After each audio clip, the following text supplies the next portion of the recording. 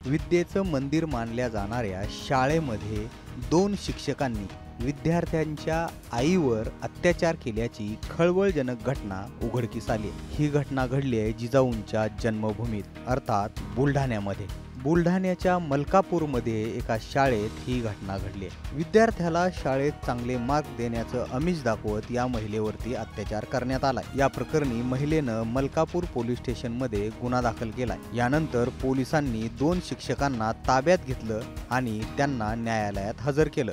या दोन्ही शिक्षकांना 14 दिवसांची न्यायालयीन कोठडी सुनावण्यात आली। समाधान इंगळे आणि अनिल थाटे असं या दोन शिक्षकांचं नाव आहे। मागील 7 महिन्यांपासून हे दोन्ही शिक्षक वारंवार अत्याचार करत असल्याचं या पीडित महिलेनं तक्रारीत सांगितलंय। याला विरोध केल्यानंतर मुलांना मारून टाकण्याची धमकी हे शिक्षक देत होते असं सुद्धा या महिलेनं तक्रारीमध्ये म्हटलंय।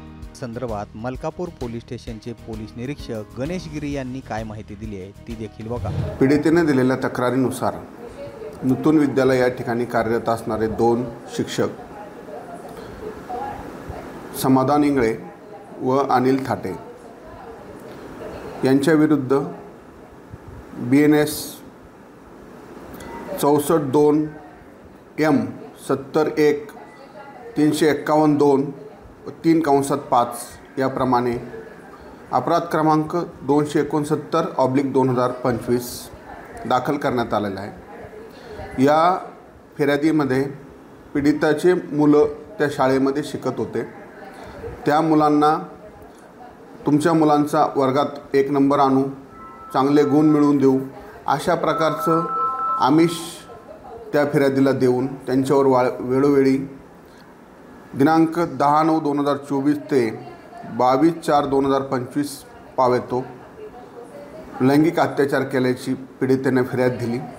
त्यावरून गुन्हा दाखल करून दोन्ही शिक्षकांना आरोपितांना अटक केलेली आहे व मान्य न्यायालयाच्या आदेशाने दिनांक 23/4/2025 रोजी त्यांचा MCR मंजूर होऊन त्यांना जिल्हा कारागृह बुलढाणा या ठिकाणी ठेवण्यात आलेले आहे। दरम्यान या घटनेनं मलकापूर तालुक्यात खळबळ उडाली।